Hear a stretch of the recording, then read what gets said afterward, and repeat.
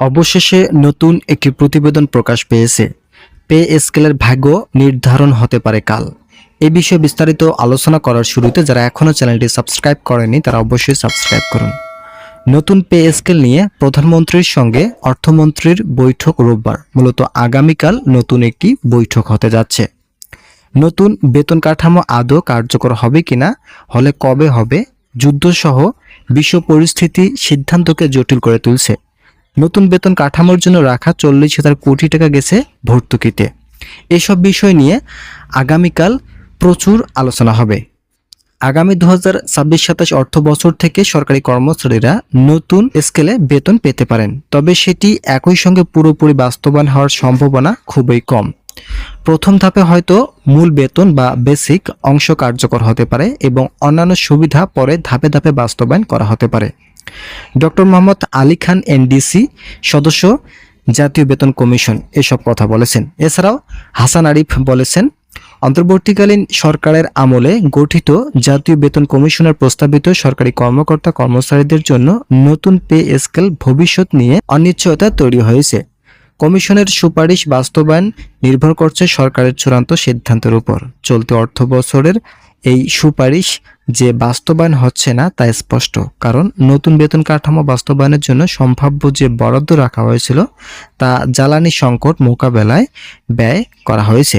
এখন পে স্কেলের বিষয়ে চূড়ান্ত সিদ্ধান্তের জন্য প্রধানমন্ত্রী তারেক রহমানের সঙ্গে আগামীকাল রোববার বৈঠকে বসবেন অর্থমন্ত্রী আমির খসরু মাহমুদ চৌধুরী।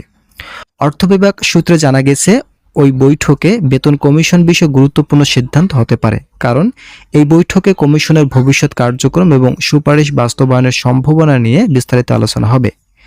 বৈঠকের সিদ্ধান্তের ভিত্তিতে বোঝা যাবে সরকারি কর্মচারীরা নতুন বেতন কাঠামো অনুযায়ী বেতন পাবেন কিনা এবং পেলে কবে থেকে কার্যকর হতে পারে। আপনারা যারা এখনও চ্যানেলটি সাবস্ক্রাইব করেনি তারা অবশ্যই সাবস্ক্রাইব করুন। এই বিষয়ে জাতীয় বেতন কমিশন সদস্য মোহাম্মদ আলী খান এনডিসি বলেন, কমিশন তাদের কাজ শেষ করেছে এবং সুপারিশও ইতিমধ্যে জমা দিয়েছেন। এখন বাস্তবায়ন সংক্রান্ত সিদ্ধান্ত সরকারের।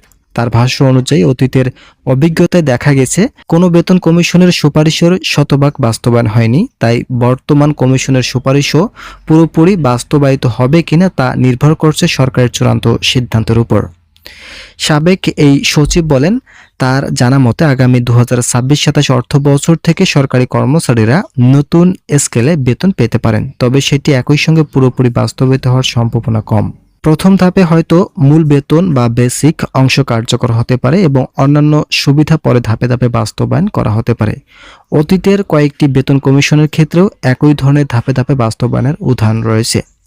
মূলত সাবেক সচিব বলেছেন যে 2026-27 অর্থ বছরে নবম জাতীয় বেতন স্কেল কার্যকর হতে পারে, তবে যেহেতু আগামীকাল একটি বৈঠক করা হবে সেই বৈঠকের মধ্যেই কিন্তু সকল কিছুর চূড়ান্ত একটি সিদ্ধান্ত আসবে।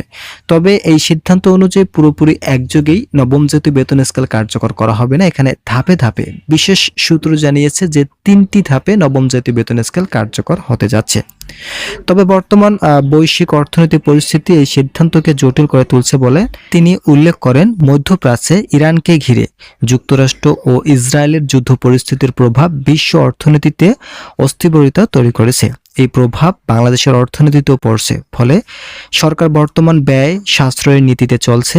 এই অবস্থায় চূড়ান্তভাবে কি সিদ্ধান্ত হবে তা বলা কঠিন বলে মন্তব্য করেন তিনি। যারা এখনও চ্যানেলটি সাবস্ক্রাইব করেনি তারা অবশ্যই সাবস্ক্রাইব করুন।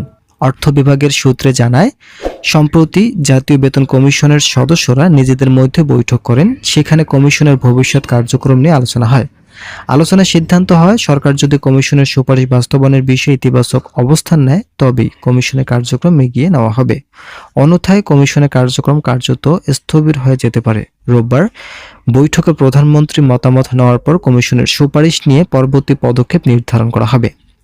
আগের পরিকল্পনা অনুযায়ী সরকারি কর্মচারীদের সম্ভাব্য বৃদ্ধি ও ভাতা সমন্বয়ের ব্যয় মেটানোর জন্য চলতি অর্থ বছরে বাজেটে প্রায় 40,000 কোটি টাকা সংরক্ষণ করা হয়েছিল, কিন্তু যুদ্ধ পরিস্থিতিতে সরকারকে জ্বালানি খাতে অতিরিক্ত ভর্তুকির পাশাপাশি সামাজিক সুরক্ষা কর্মসূচি চালু রাখতে নতুন করে বরাদ্দ দিতে হচ্ছে। ফলে বেতন ভাতা খাতে সংরক্ষিত অর্থ বড় অংশই ভর্তুকি ও সামাজিক সুরক্ষা কর্মসূচিতে পুনর্বিন্যাস করা হয়েছে বলে জানিয়েছেন সংশ্লিষ্ট কর্তৃপক্ষ।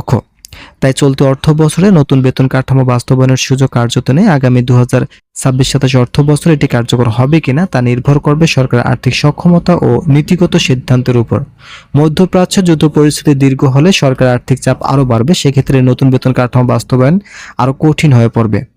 প্রস্তাবিত বেতন কমিশন 2025 অনুযায়ী সরকারি চাকরিজীবীদের গড় বেতন 100 থেকে 147% পর্যন্ত বৃদ্ধির সুপারিশ করা হয়েছে। কমিশনের প্রস্তাবিত অনুযায়ী সর্বোচ্চ পদধারীদের বেতন 82,000 টাকা পর্যন্ত এবং সর্বনিম্ন পদধারীদের জন্য 11,750 টাকা পর্যন্ত বাড়ানোর সুপারিশ হয়েছে। এতে সর্বোচ্চ এবং সর্বনিম্ন বেতনের অনুপাত দাঁড়াবে 1:8। তো ইতিমধ্যেই এই বিষয়ে নতুন একটি প্রতিবেদন প্রকাশ পেয়েছে, যেখানে সরকারি চাকরিজীবীদের জন্য আগামীকাল আসতে যাচ্ছে নবম পে স্কেলের একটি নতুন সুযোগ। তবে আশা করা যাচ্ছে আগামীকাল এটি কার্যকর করার বিষয়ে প্রধানমন্ত্রী এবং অর্থমন্ত্রী নতুন সিদ্ধান্ত নেবেন। তো সে পর্যন্ত অবশ্যই আপনারা আমাদের এই চ্যানেলটি সাবস্ক্রাইব করে আমাদের সঙ্গে থাকবেন। দেখা হবে পরবর্তী ভিডিওতে। ভালো থাকুন, সুস্থ থাকুন।